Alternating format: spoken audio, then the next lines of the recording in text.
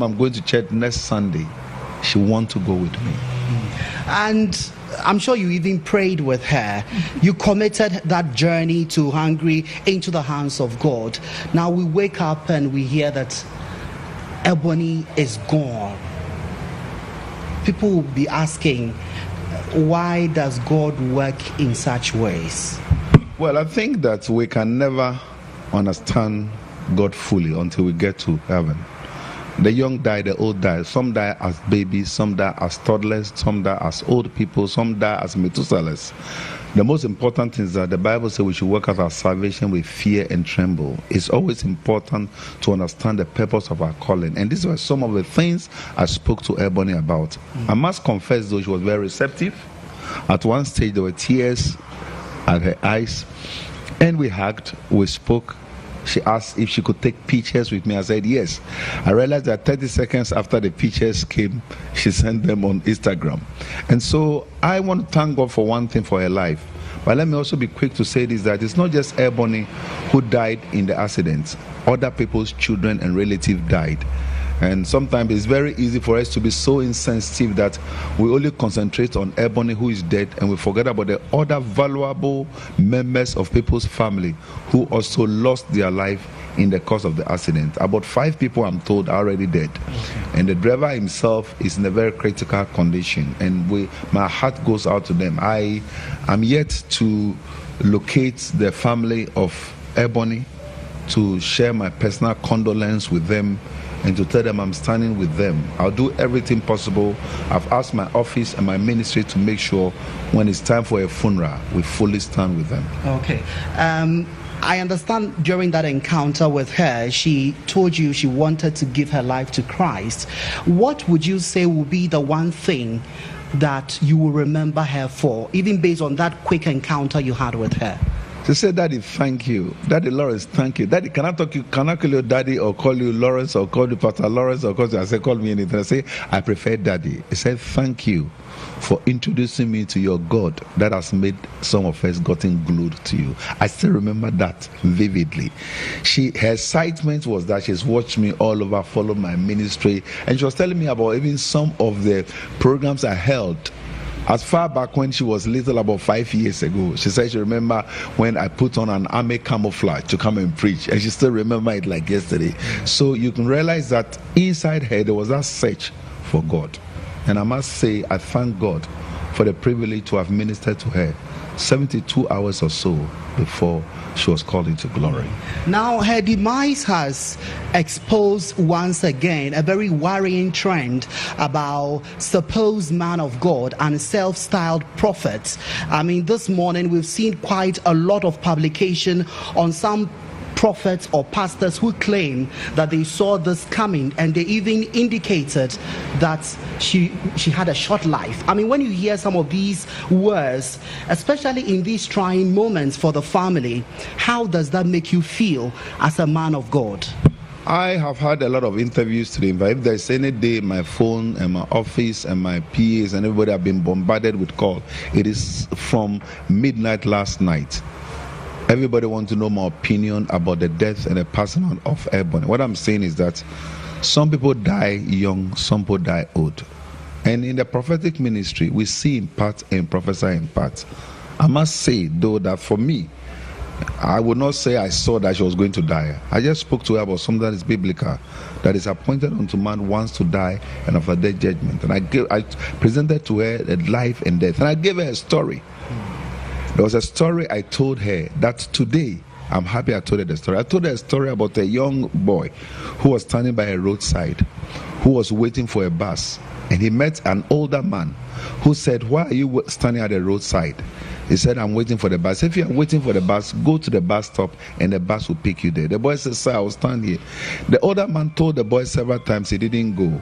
Then comes the bus. The older man knew the bus would pass by the boy to go to the bus stop at the very odd place the young man was standing. And as the bus opened, and a young boy, the 12-year-old boy, was going to the bus.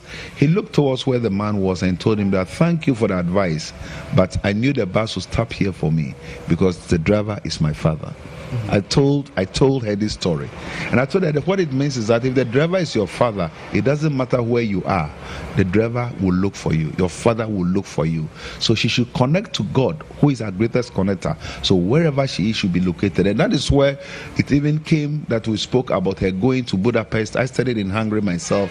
She was excited and she wanted to know a few words from Hungarian language, and I gave her a few words, and we had a nice talk.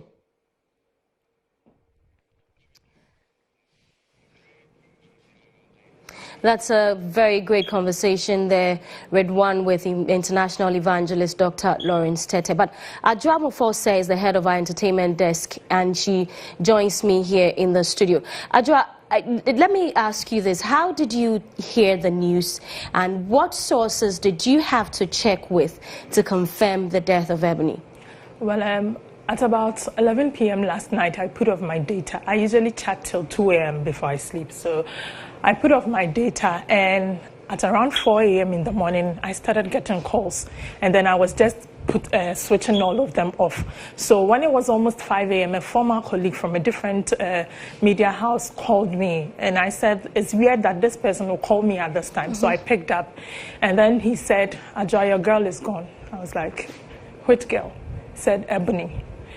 And for the first few seconds, I couldn't utter a word. I was just on the phone. And he said, Adjoa, are you there? I said, yes. So I said, I'll call him back. I wanted to confirm. And then I was calling everyone I knew who was also close to Ebony, and nobody was picking up. So I called the morning team, and that was when I was told that it was true. And I switched on the TV, and you were there talking about the news. And, as an entertainment journalist, what has been the general feeling of musicians and people in the creative arts ministry, because that's the ministry, that the sector that Ebony was with before her demise? What has been the general feeling? Yeah, before we even came on air, I called a lot of people to talk to us about Ebony, but what everyone was saying was, Adjoa, I can't say anything. I am just devastated. So that is what everyone is feeling. Everyone is just sad. It wasn't something we expected. We were all just anxiously waiting for the nominations of the VGMA to come out, and then we'd all support her and then campaign for her to win Artist of the Year. And I've heard people saying that we should honor her. For me, it's not about honoring her. Ebony was arguably the biggest artist of last year, and she deserved it. And so the mood has been terrific. Everyone is sad. It's not something we saw coming at all, at all. What would you say Ebony's demise would do to the music industry? Do you think she'll be forgotten so soon, like the status quo? Ebony cannot be forgotten so soon. We still remember people like Terry Bonchaka. We still remember Susie Williams died when I was very young, but up till now, even when I heard of Ebony's death, the first name that came to mind was Susie Williams, because I remember she was also picking up and getting to the peak of her career when she also passed away in a road accident. So Ebony cannot be forgotten, and especially this year when everybody was waiting for her to sweep awards, she can't be forgotten anytime soon, because we are still jamming to her songs and it's still on the list of every party person. What will her death do to the industry, especially to the reggae dancehall fraternity?